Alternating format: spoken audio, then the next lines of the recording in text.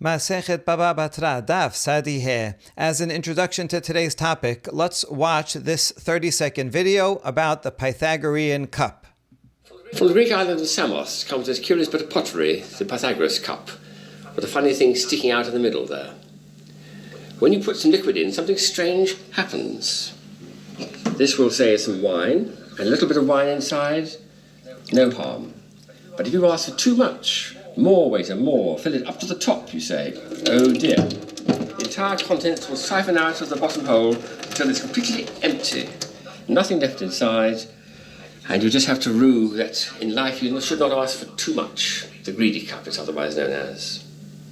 Okay, so this is called the greedy cup or the Pythagorean cup. And the idea is that you can fill it up halfway or near the top, and that's fine. It will work like a regular cup. But if you add too much, then not only does that extra excess drain out, the entire contents drains out. That is relevant to our sugya, because in the Mishnah that we've been discussing, we're talking about someone who sells wheat to his friend.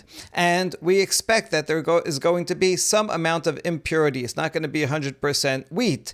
And so there's up to a certain amount that's acceptable. Up to a rova hakav, there will be other legumes that are mixed in, or maybe even other refuse and dirt and things like that. So up to a kav is, up to a rova is okay. A rova itself, it depends on if it's legumes, and it's okay, but not if it's dirt. If it's above a rova, then that's a problem, and the seller has to repay a certain amount. Now the question is, how much does he have to repay? Is it only the amount above a rova, the impurities that are more than a rova? He has to bring it down. That's what we might have thought, but Rav Huna says not so. Once you pass the line and you have more than a rova of impurity, then the seller has to pay for all of the impurities, even the first rova, even everything up to a rova that would have been acceptable. So that's the same as a cup. If you fill it up only halfway or 3/4 or 9/10, that's okay. It will stay in. But once you pass that mark, then everything drains out. So too, once the seller passes the mark of 1 rova, then he has to pay for the volume of all of those impurities in the price of wheat. That was Rav Huna's principle.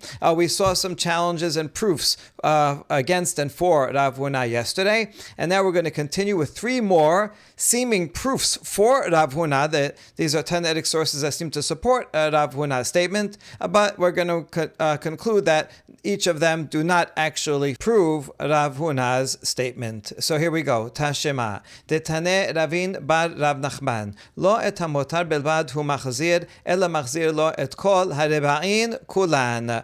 Ravin, the son of Rav Nachman, teaches that if someone is selling land to a buyer, and he says, I'm selling you hen chaser, hen yater, more or less this amount, and let's say selling a bet se'ah of land. So since he said more or less, he can be off by a little, but not by too much. So what's the ratio that's acceptable? The answer is 1/4 kav of land. 1/4 kav is a volume of seed. It means the land that you would plant 1/4 kav of seed in it, so we call that 1/4 kav land, per bet se'ah. So that's the ratio. That means, let's say he's selling 30 bet se'ah. That's going to be the example coming up. Well then, 1/4 kav for every bet se'ah, 1/4 kav times 30 would be 7.5 kav of land. So if it's less than that ratio, then that is acceptable. However, if it's more, then that is not acceptable. And here is where Ravin's teaching kicks in. Not only the added amount above 1/4 kav does the seller have to return, but once he passes that mark of that's too much, then he has to return the entire 1/4 kav for every se'ah. He has to return the entire amount. So what do we see from this teaching? That means that in any case where a seller has to return something, he has to return all of the amount. Even though if it was less than 1/4 kav, then he wouldn't have to return anything at all. But once it passes 1/4 kav per se'ah, then he has to return not only that added amount above the cutoff line, but actually has to pay back the entire amount of what's more than, if he said, I'm selling you a se'ah, then everything more than a se'ah. So this supports Rav Huna. It's exactly the same, isn't it? We answer no. Hachi hashta, is this really comparable? Hatam hen chased hen yater amar le. Mihu rebiya la chashiv. Yater me rebiya chashiv. In that case of the sale of land, the seller said, listen, I'm selling you a se'ah, a little less or a little more. And so that's a valid sale. I mean, the buyer really has a right to every inch, but he's okay with it because a ravia of land is not significant. What are you going to do? What are you going to plant on a ravia or less of land? You can't even do anything with it anyway. So less than that is not significant. More than that is significant. And so he's going to want his money back. Now, in the case where you're selling not just one se'ah, but a lot, then they can gather together. So for example, if you're selling 30 se'ah, as we said before, all those ravias will be only 7.5. And even 7.5 kav is not significant. But if you add a little more to that, and it gets up to an amount of 9 kabin,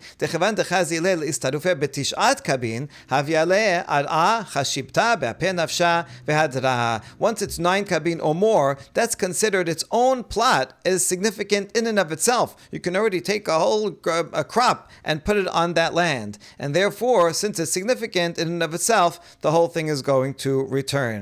So there's some discussion about, does it have to be really 9 kav in order for this to kick in, or is it just the ratio, is it the amount or the ratio? But the point is that a quarter kav is not going to be significant, and therefore he just forgoes it. Really, he has a right to every inch, but he's like, okay, I'm not going to bother you for that much. But once it's more than a rova, especially if it's going to add up to a lot of rovas per se'ah, and he's selling a lot of se'ah at the same time, I guess that would be a typical sale, that you're not just selling one, but you're selling like 30, then it's going to add up to, even up to, and more than 9 kav, and that's a significant thing in its own right. So the buyer says, you can't just keep that whole 9 kav of land, that's a significant thing, and it's mine, I want it, it's very useful to me. This is totally different than the case of the sale of wheat. In that case, it's normal to have some impurities in the wheat, and it's expected. And so therefore, the buyer forgoes that amount, and you might have thought that in that case, if there's more than ravia, then the seller has to return only what's more than the ravia. Up to a ravia is expected, is normal in the processing of the wheat, and therefore he forgoes that amount, and so the seller would only have to pay from more than that amount and bring it down, reduce it to a ravia. But then he doesn't have to pay the whole rest of it. So this is not necessarily a proof for Rav Huna, because in the case of land, it becomes an entity in and of itself. He has to return all of it. But in the case of the wheat, those little bits do not add up to an entity in and of themselves. They're actually normal and expected. And so I might have thought that he doesn't have to pay all of it back. So there's no proof from here.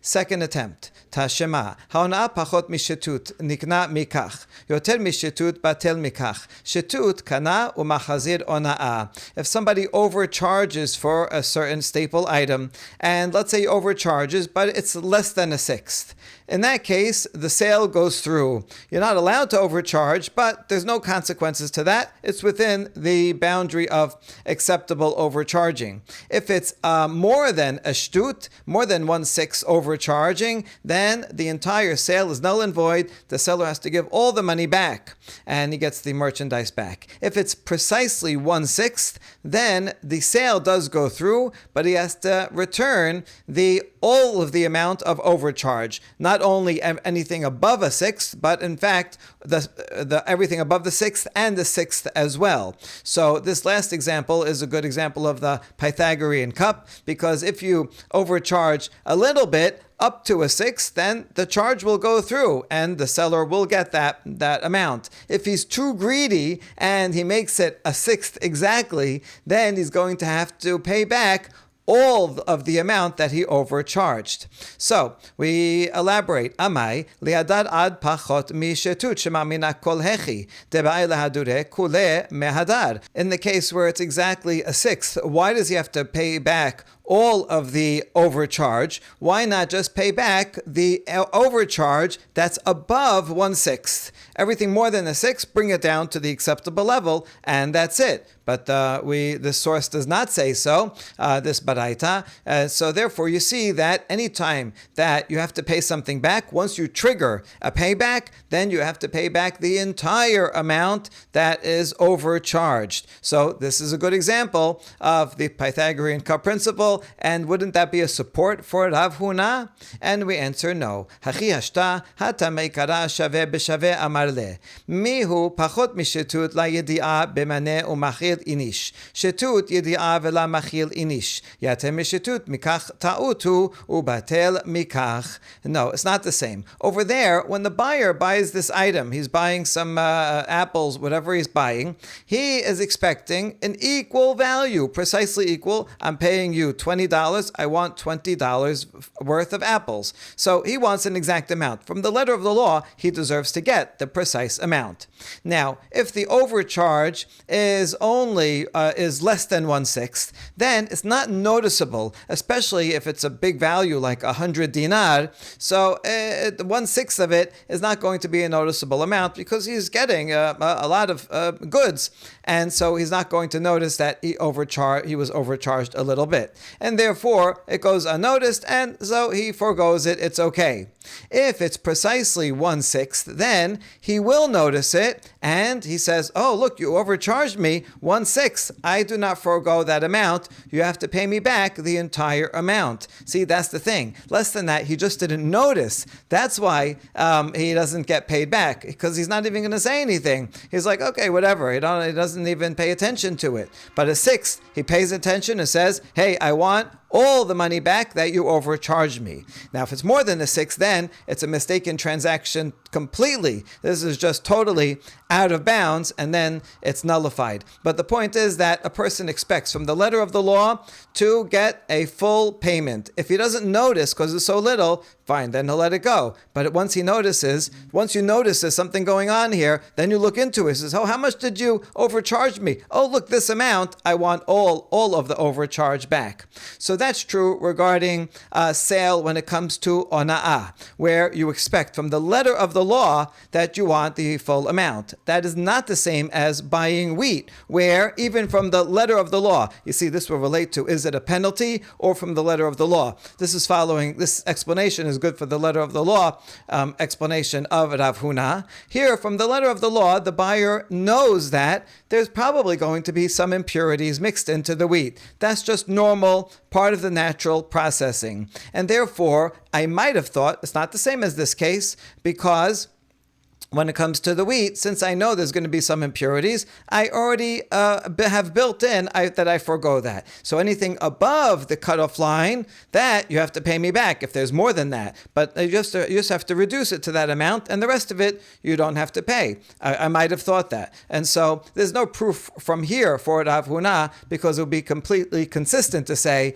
in the case of Hona'ah, once you notice, you have to pay everything, because from the letter of the law, I expect all the apples, everything that you that I paid for. But in the case of wheat, I don't even expect to get 100% wheat, because usually it's normal that there are impurities, so I already forego that, and you would only have to pay the added amount. So Rav Huna is giving a chidush above and beyond that baraita, so this baraita is not a proof. Lastly, Tashema.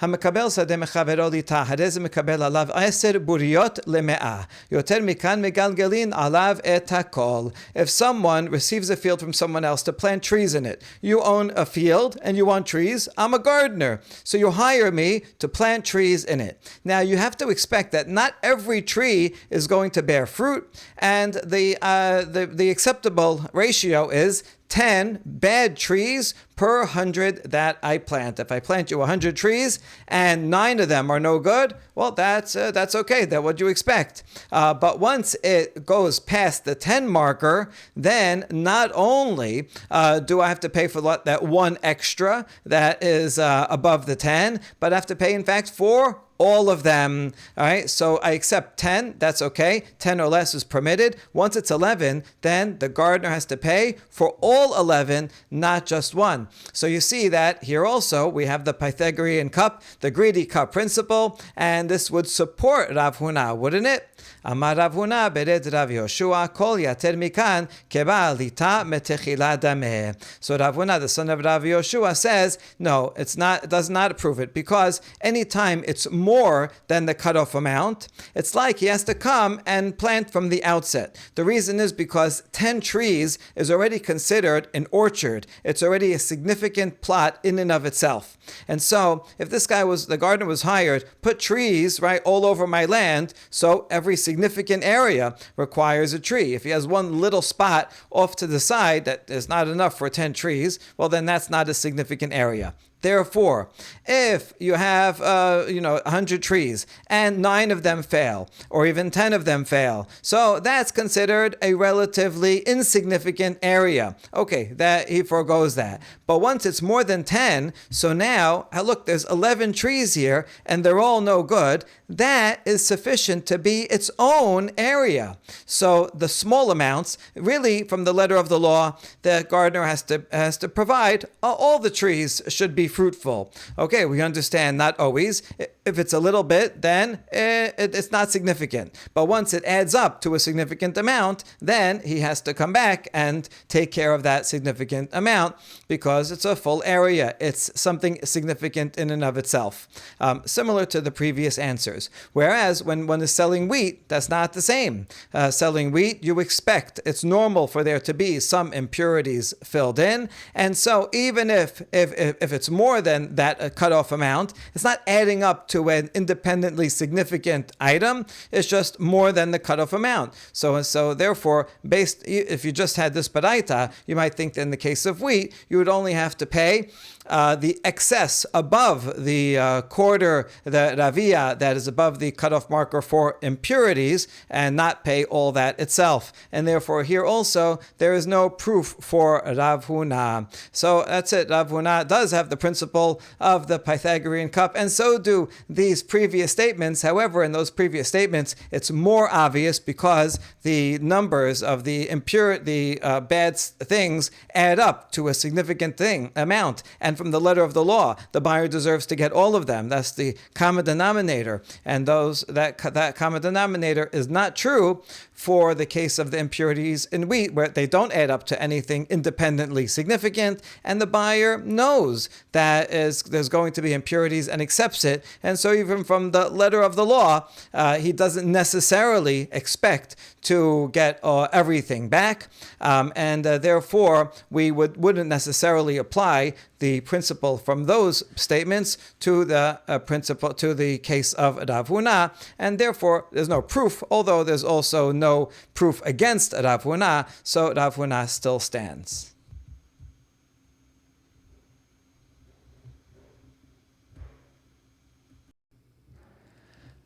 We now analyze the next section of the Mishnah that said Martef Shel Yayin. If someone buys a cellar of barrels of wine, then he can expect that 10 out of the 100 may be somewhat spoiled. The difference between good wine and somewhat spoiled wine is they're both drinkable, but the one that's almost spoiling means it's about to turn into vinegar, and then you won't be able to drink it at all. But right now, if you drink it immediately, it's okay. Whereas good wine will last a long time. And so if someone sells a cellar of barrels of wine, then the buyer has to accept that 10% or less can be a spoiled wine or about to spoil wine, but the other 90% has to be good wine. More than that, he gets his money back. Now we ask, Hechi Dameh, what is exactly the case of the Mishnah? Idamar le martef shel yayin setam kashya. Idamar le martef ze shel yayin kashya. If the seller said, I'm selling you a cellar of wine, that stam, meaning without saying this one, we have a problem. And if he adds, I'm selling you this cellar of wine, we also have a problem. And we're going to explain what the problem is.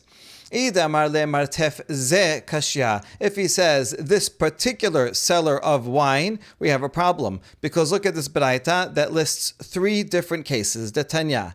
Martef shel yain ani mochelecha, noten lo yain shekulo yafeh. If the seller says stam, I'm selling you a cellar of wine, right? A cellar full of barrels of wine, then all of it has to be good quality. So that can't be the case of the Mishnah, because if it's stam, then this baraita says it has to be 100% good, and the Mishnah says only 90% good. So it can't be a case of stam. Martef ze shel yain ani mochel lecha, noten lo yain hanimkar bechanut. If he says, I'm selling you this cellar of wine, then it can be all bad quality. Or that the baraita calls it wine that is sold in the shop, meaning that it's going to be used right away. You're selling it in the restaurant, in the shop that people are going to buy and drink immediately. And so it can all be wine that is near spoiling, bad wine, we'll call that. So it could be 100% bad wine. That also can't be the case of the Mishnah, because the Mishnah said 90-10. But here, the first case has to be 100% good. The second case can be 100% bad wine. And the third case, martef ze ani mochel lecha afilu kolo homes higi'ah. The third case, if he says, I'm selling you a cellar.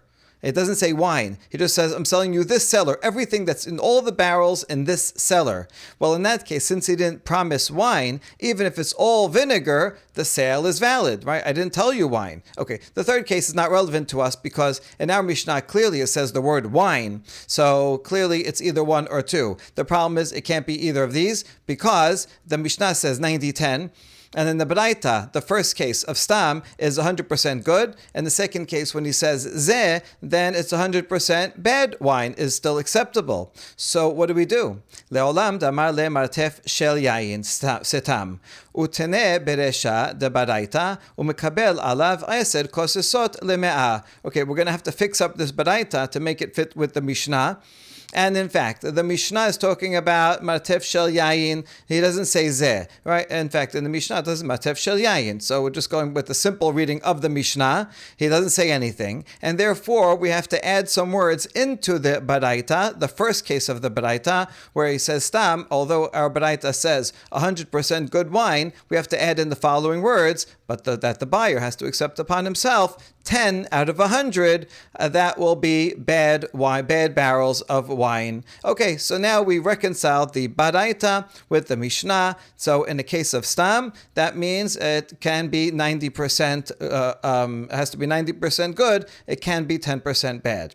Now we're going to quote 2 more Baraitot also to ask more questions. The second one will be a simple answer. The third one will be more complicated. Ubistam mikabel. Now, is it true that if you don't say anything, you just say, I'm selling you, right, this seller, selling you a cellar of wine, that the buyer still accepts upon himself 10% spoilage?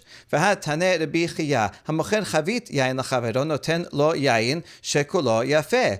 Chiya has a braita that teaches if someone sells a barrel of wine to his friend, then it all has to be good. You see, that has to be 100% good. It says that clearly, right? Kulo yafeh. So we answer a simple answer. One barrel sale is completely different than selling an entire cellar. If you're selling one barrel, then that's all the same wine. It's all one body of wine. It's all mixed up. You're not going to have within one barrel that half of the barrel is good and half the barrel is not good. And so if you're selling one barrel of wine, then clearly it has to be all good wine. But that's completely reconcilable with the Baraita above and the Mishnah, that if you're selling an entire cellar, a storehouse of wine barrels, then you can have 90% are good and 10% are not good, and the buyer accepts that upon himself. Okay, so this is no problem. So we'll call this the second Braita. We're not going to refer back to this one again. So we had the first Braita that we amended, and now we have a third Braita that's really going to complicate things. This is we'll call it the third Braita, or Rav Zevid's Braita. Martef shel yain ani mochel lecha, noten lo yain shekulo yafeh. Martef ze shel yain ani mochel lecha, noten lo yain shekulo yafeh. U mekabel alav 10 kosesot leme'ah. This baraita has two cases. If someone sells a seller of wine, that's setam, then it has to be 100% good wine. And if he says zeh, I'm selling you this seller of wine, then it has to be all good, except that the buyer has to accept upon himself up to 10 barrels of spoiling wine. So this baraita is very clear that if you say it's stam, it has to be 100% good. And you can't add in the words in the resha about the 10 spoiled barrels, because this baraita has it in the sefa of zeh. So clearly here, this baraita contradicts the way that it contradicts, first of all, the first baraita, and it contradicts the way we added words into the first baraita, because in the first baraita we added the acceptance of 10 into the first case, but here it has it in the second case. And so it also is going to contradict the way we understood the Mishnah, that the Mishnah is talking about setam, and the Mishnah allows for 10% spoilage, but here in setam there's no percent spoilage. So now we have a big mess. We're going to clear it up. One more complication. Rav Zavid's baraita says that this case is exactly the otsar, meaning the second case when you said zeh. That is what the Mishnah is talking about. And therefore, the Mishnah, according to this baraita, and this baraita seems to have direct knowledge about what the Mishnah is, right? The author of the baraita knew Rabbi Yehuda Nasi and knows what the baraita meant, and says that the Mishnah is talking about a case of zeh, and that's why, well, that fits, right? The sefa here that says zeh, and he accepts upon himself 10%, that fits with the Mishnah, where also it says he accepts upon himself 10%. But this clearly shows that the Mishnah is talking about a case of zeh. So now we're going to go back and have a problem with the first baraita, because the first baraita said in the case of zeh, it can be 100% bad wine. So that's what we're going to ask. Ela matniti name amar lezeh. Okay, so rather, let's accept the premise of the third baraita, Rav Zavid's baraita, and that's an explanation of the Mishnah. And the Mishnah is in fact talking about a case where he said zeh, even though the text of our Mishnah didn't say zeh. But clearly this baraita says that is what the case is talking about. Okay, so far so good. The third baraita says when you say zeh, 10% spoilage is allowed, and the Mishnah is also talking about a case of zeh. Now our problem is with the first baraita. Kashya zeh. We have a problem because the zeh in the first baraita says it can be 100% bad wine, whereas zeh in the Mishnah and the third baraita says it can only be 10% bad wine. How can we reconcile those? La kashya ha amar le lemikpa, ha lo amar le lemikpa. Rav Zavid amar le lemikpa, baraita lo amar le lemikpa. There's no problem. One of these cases is where he sold the wine for cooking. He says, I'm selling you this for cooking. See, if you're selling wine for cooking, it has to be high quality, because when you use it for cooking, you're not drinking it all right away. It means you're taking it home, putting it in your pantry, and you can use just a little bit at a time, a little bit in this dish, and then next week maybe some more in the next dish. So it has to be 100% good quality. Whereas the other case is when he did not say so. Which is which? The Rav Zavid is when he said it's going to be for mikpah. In other words, when he says zeh, and it can be 90, it has to be 90% good wine and an allowance of 10% for bad wine. When he says zeh, this seller, so that is when he said it's going to be for cooking. And that way, 10% could be bad wine, because 10% you'll use it right away. And the other 90% you'll put it in storage, and that's okay. Whereas in the baraita, the first baraita, where when you say zeh, it can be any quality wine, even 100% bad wine, that's when the seller did not say, I'm giving it to you for cooking, or the buyer didn't say, I'm buying it for cooking, because in that case, the seller can assume he's going to drink it all right away. He's having a party, he's inviting friends over today, and it can all be a bad quality that is being used immediately. Okay, good. In case you're confused, the Baraita gives you a summary of all the laws. Hilkach, martef shel yayin v'amar lo lemikpa, noten lo yayin shekulo yafeh. If the seller says, I'm selling you stam, a seller of wine, and I'm selling it to you as cooking wine. Well, then it has to all be good. That's because he said sitam. He doesn't say this cellar. He says a cellar full of wine, a cellar, some standard size. And so it has to be all good wine. Martef zeh, this fits with the first baraita, the opening case of the first baraita. Very good. Martef zeh shel yain, v'amar le lemikpa, noten lo yain shekulo yafe, umekabel alav 10 kosesot leme'ah.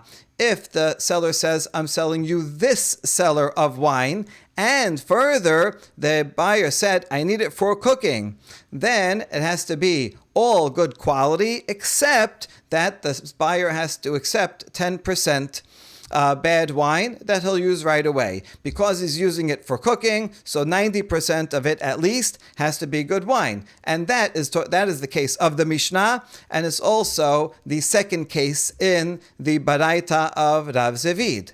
And lastly, martef zeh shel yayin velo amar le lemikpa noten lo yayin hanimkar b'chanut. The second case of the first baraita is when he says this particular seller of wine, and he didn't say that it's for cooking. In that case, it can be low quality wine because the seller can assume that the buyer is going to use it all right away, so it can be all not good quality. We end with one more follow-up question. Ibaya lehu martef shel yayin velo amar le lemikpa mai. What if the seller says, I'm selling you a cellar of wine, not this one, but he did not say that it's for cooking. In other words, so far up above in their summary, we said if you say sell a cellar of wine and you need it for cooking, which means it's going to go into storage, and so it has to be all good wine. So since he said a cellar, and he says I need it for cooking, I need it for a long term, then it has to be 100% good wine. But what if he said a cellar, but he did not say it's going to be for cooking? What about that case? We did not address it. Mai peligi ba Rav Acha v'Ravina, chad amar mekabel v'chad amar lo mekabel. This was a controversy between Rav Acha and Ravina. One said the buyer has to accept even all bad wine. He didn't say it's for cooking, so I assumed he's going to use it all right away. So the buyer has to accept bad wine. And the other said, no, he does not accept it because he said, I'm selling you a cellar of wine, not this cellar. A cellar means a cellar full of wine, and I assumed that meant good wine. We don't know if Rav Acha or Ravina said this one or that one. Just one said one and one said the other. Now, let's compare them to the Baraitot. Man damar mekabel daik mide Rav Zevid, de katane, martef shel yain ani mochelecha, noten lo yain shekulo yafe, ve'okimna damar le lemikpa. Tama damar le lemikpa, ha lo amar le lemikpa mekabel. The opinion that says that someone who says, I'm going to sell you a cellar of wine, but they did not specify that is for cooking. Whichever opinion it was that said that the buyer has to accept even bad wine, well, he can infer that from the third Baraita, the Baraita of Rav Zevid, because that Baraita taught that in the case of Stam, I'm selling you a cellar of wine, then it has to be all good wine.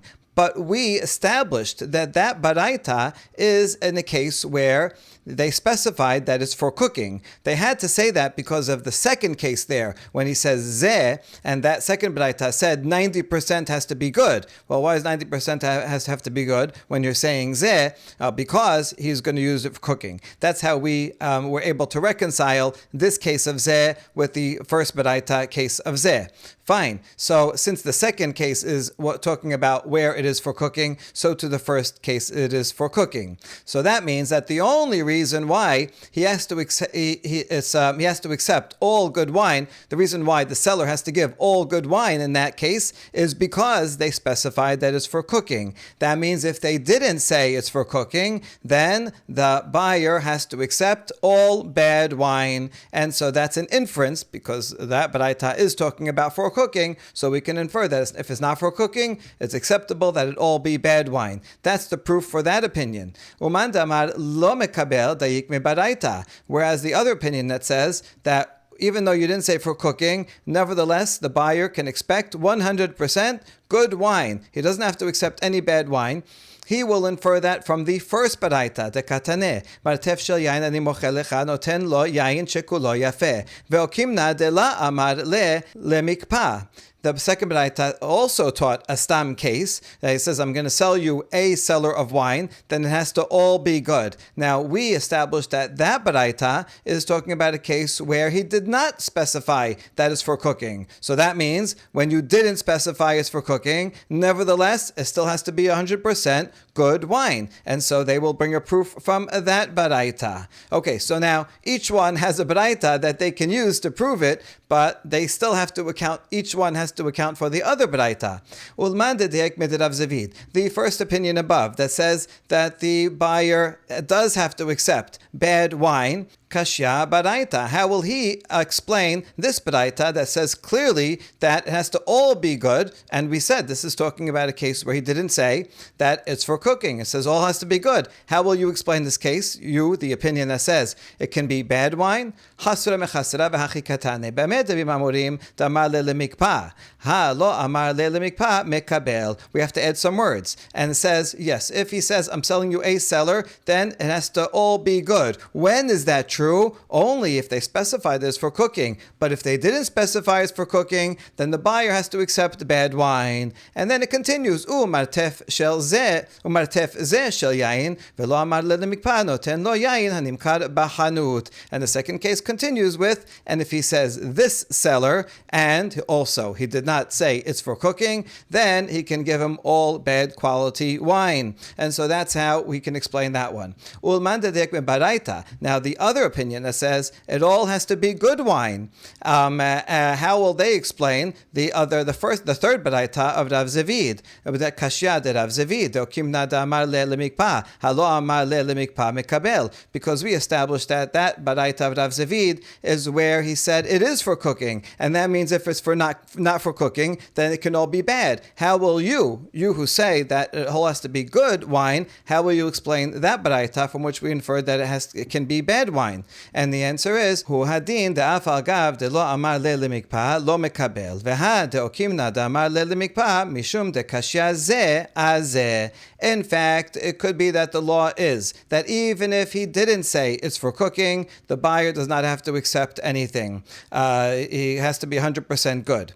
Now, the fact that we established, that we limited that baraita to be only a case where he said that it's for cooking, we only said that for the second clause because we had a contradiction between the two cases of zeh, when he says this seller, between the third baraita and the first baraita. So we had to back ourselves in and say, okay, this entire baraita of Rav Zevid, particularly the second case, is talking about a case where he said for cooking. Okay, so we had to say that for the second case. But that doesn't mean that the first case of the baraita only applies when it's for cooking. It just said stam. So we could read the baraita on its own, and it doesn't specify in the first clause that it's only for cooking. And in fact, you cannot infer that the buyer can only demand 100% good wine when he says for cooking, but otherwise not. No, you can't infer that from this because the first clause stands alone and it's talking about any case. Baruch Adonai Leolam. Amen ve'amen.